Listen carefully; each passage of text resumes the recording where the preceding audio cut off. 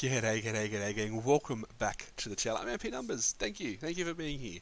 Now today we are still looking at the cards that were spoiled on day one of the World of the Spark announcements. Hopefully you've watched the last two videos, hopefully you're following along here. Hopefully you've got in the comments to let me know what you've seen, what you're excited about, what you're going to be using these cards for, and if you agree with my thoughts or if you think I'm completely wrong. Because I'm going through, we're talking about the cards, I'm looking at them in a way of cards that I play limited. I am a limited player primarily, and that's where I usually start my process of thinking of cards. So again, if you're a commander player, if you're a standard player, if you're a modern player, are these cards going to affect you? Are you going to do anything with them or not? Yeah, let me know. Please like if you like, dislike if you dislike, pippity pop a comment in, smack the subscribe to see more, and the description has lots of ways you can interact with me or support me if you do feel so inclined. Let's go look at some more cards. Finisher, that's another interesting name. We had a Rager, now we've got a Finisher. It's Tilda Black Assassin, Gorgon Assassin, there we go. When it enters the battlefield, destroy target creature or Planeswalker an opponent controls that was dealt damage this turn. So this is there was a 3/3 in Ixalan that did this. It costs 4, so it's basically the same thing. Gorgon creature type may matter if they're doing kind of like on theme creature types, but it's a fine card. It's common. It's a 3-drop. It's above an average 3-drop. So yeah, I like it. This is the Planeswalkers. Ooh, Nicol Bolas, big bad. Has 3 abilities and a static. Static ability. Has all the loyalty abilities of all other Planeswalkers on the battlefield. Wow. That's pretty big. Like it's in the Planeswalker Matters set, where again, looking at draft side of things, everyone is expecting to have 2 to 3 Planeswalkers in their deck. You're gonna get a lot of abilities. He does cost blue, black, red, and that's going to be very restrictive. But if you open a Nicol Bolas, you're going to be taking it. You're going to be taking every Planeswalker you can find. You're going to be letting your opponents play their Planeswalkers. You're going to be doing all kinds of dirty stuff. Let's see what the abilities are though. It's 4 loyalty, +1 you draw a card. Each opponent exiles a card from their hand or a permanent they control. So you draw a card. Everybody exiles a card from their hand or they exile a permanent. Each opponent. So you commander players, wow. -2, no, -2. So it's saying -2 here, but this picture clearly says -3. So let's go with -3. Destroy target creature or Planeswalker. Yeah. Each opponent who doesn't control a legendary creature or Planeswalker loses the game. Hot damn! So Nicol Bolas is the real deal, and there is like, if you're mono green and you open Nicol Bolas in pack 3, you're probably switching. Like that's pretty powerful. Obviously, it's a mythic, so you're not going to see it very often. This is going to have effects across the board, I think. Again, constructor players, tell me where I'm wrong, but this is gonna do stuff. And wow, yeah, okay.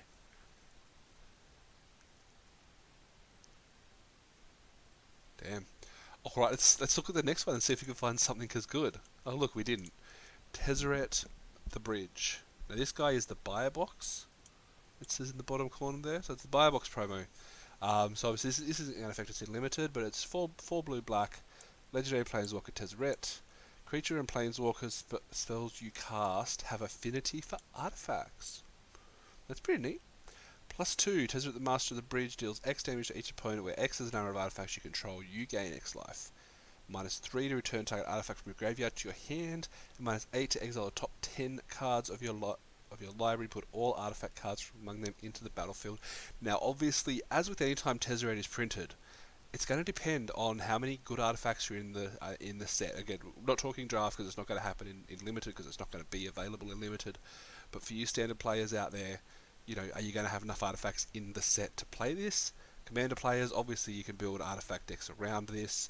I don't think this buyer box promo is going to have the same impact that the last one did. It's going to be more like that first one, the Sun Song and Fire Singer or whatever it was, where some people might really want it and most people will just be like, cool. If this blows up modern or anything, I stand corrected. Sure, why not? I don't see it happening though.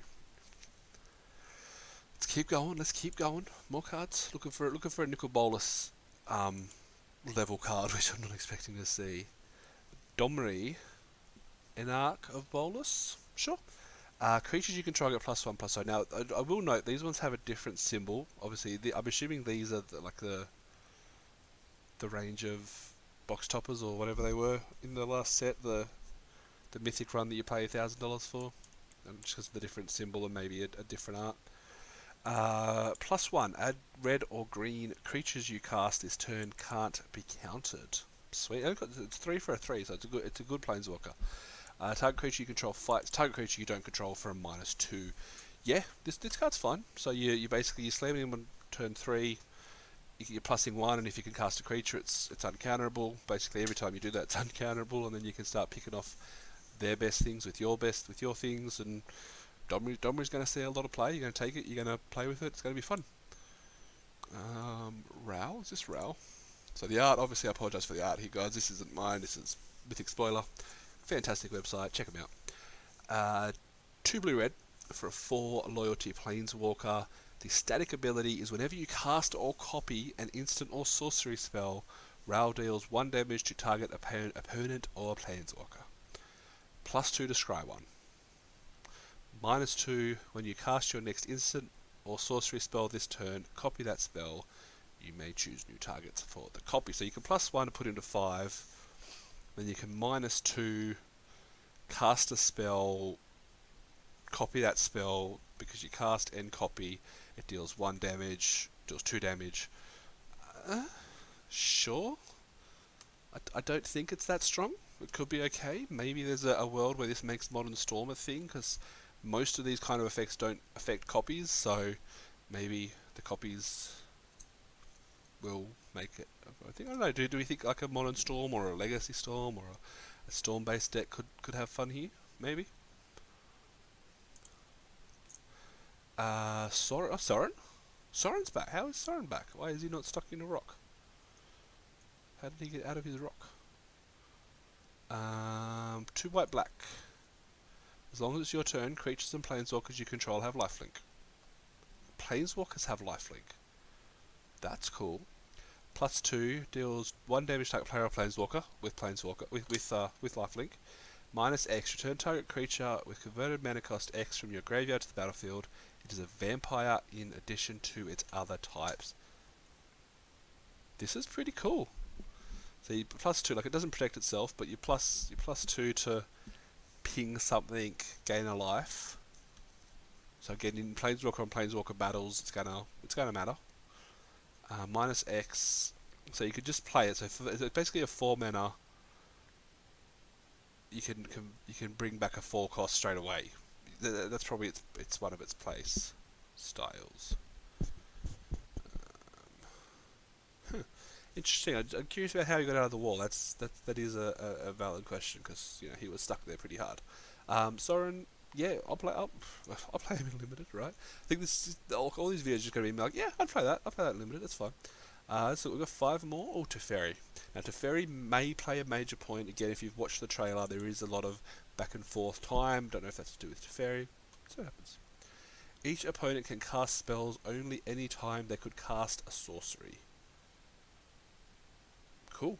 Until your next turn, cast sorcery. You may cast sorceries as though they had flash for +1, and return up to 1 target artifact, creature, or enchantment to its owner's hand. Draw a card. So until your next turn, cast sorceries that had flash. So you play it on. It's 1 blue white. 1 white blue, whatever. 4 loyalty. Doesn't really protect itself. But you can cast sorceries where they had flash, so if you're playing it a bit later in the game, you can flash your sorcery speed removal. Seems kind of weak for limited, to be honest. Let's check a Giant. Giant the Great-Hearted, back as a white-green walker. Seems like he's all white-green now. Creatures you control have vigilance, sure. +1 to gain 3 life. Okay. -2, put a +1/+1 counter on each creature you control and a loyalty counter on each other Planeswalker you control. So this is going to be the engine for some constructed Super Friends decks. It's kind of bad, right? Like, you'd prefer just random 4-drop creature here. I mean, if you get like... Again, we've actually, now that it's like we've talked about Proliferate being in the set, there's only one card we've seen so far, which was the one at the top. If there is such thing as a Proliferate deck that is playable in green-white, then this card may see play in Limited, built around that deck. Other than that, like, it's like, eh. Like, what do? You build a okay, no, I might be a bit harsh here. Maybe you're looking at building just a normal curve-out white-green fair deck. You play this on turn. You play this, not necessarily turn 4. You play this. You -2, put a counter on each creature. If it lives, no, they have vigilance. So they all attack. Okay, no, maybe I'm wrong here. So yeah, look, you can definitely take a Ajani early, build into a white-green deck. Yeah, put a counter on it. They all attack with vigilance. Put a counter. They all attack with vigilance. If you really want to, you can gain 3 life, and if you're proliferating, then you're going to get your value. Let's look at Niv Mizzet Reborn. What? Niv Mizzet Reborn as a legendary creature dragon avatar. It's a 5-color Niv Mizzet. Wow. When Niv Mizzet Reborn enters the battlefield, reveal the top 10 cards of your library. For each color pair, choose a card that's exactly those colors from among them. Put the chosen cards into your hand and the rest on the bottom of your library in a random order. So you pay your 5 mana, you find 10 cards, so you name one, no, you don't name. So for each guild, let's just call them guilds, you can choose one card that is exactly, so white, red, white, blue, white, black, white, green, etc. and put it into place. This is definitely something that's going to reward. Probably, like, I think this is going to be a commander plan. I don't think this is going to see limited plays. It's going to be that one that, oh my god, I won with Niv Mizzet Reborn. Like, that's the thing. It's not going to be the, hey, I got Niv Mizzet Reborn, fantastic. It's that today's challenge is to win with Niv Mizzet Reborn, because there's a good chance in your normal limited deck that this doesn't do very much. Again, we don't know how many gold cards there are, but hey, you could win something. Yeah, I'm not excited about this. That's cool. I'm excited about it, but as a card limited, I'm not excited about it. Who's this? Apex Hybrid. Roalesque Apex Hybrid. It's a legendary creature, human mutant. Simic cards. This is our first actual guild gold card, right? It's a 4/5 for 5 with flying trample. When it enters the battlefield, you put 2 +1/+1 counters on another target creature you control, and when it dies, proliferate. So that's coming back. We saw proliferate as a blue card before. Maybe proliferate is going to be the Simic ability here, or maybe it's just a generic ability. I don't know. The 4/5, when it enters the battlefield, put 2 counters on another type creature you control, and then proliferate. So it's going to work, obviously, with your Planeswalkers, your counter sub-themes that are out there, and just being a 4/5 for 5 flying trample mythic is pretty solid, right? Yeah, pretty up with that. Widespread brutality. Here's some actual quality image. 1 black red sorcery, amass 2. So black red again. We're talking about amass being obviously, well, most likely blue, black, and red because it's Bolas army. Amass 2. Then the army you amassed deals damage equal to its power to each non-army creature. So basically, worst case scenario is you create a 2/2, and then every other creature takes 2 damage. The other possibility is you're building up a bigger army, so you have like a 5/4 or a 5/5, and just wipe the board. That's a pretty good card. It's a pretty good card. Alright, let's look at another 10 cards. Thank you for hanging out for these quick ones. How about that Bolas though? My god. Having the ability of each other Planeswalker. Sure, there's times where it's not going to do anything, but there's times where it's going to be like, so it's like, you commander players, you must be cheer. How many people, alright, in the comments, are you a commander player? How many times are you going to be casting Nicol Bolas? How many Nicol Bolas decks are you going to be making in the very near future? Thanks for watching.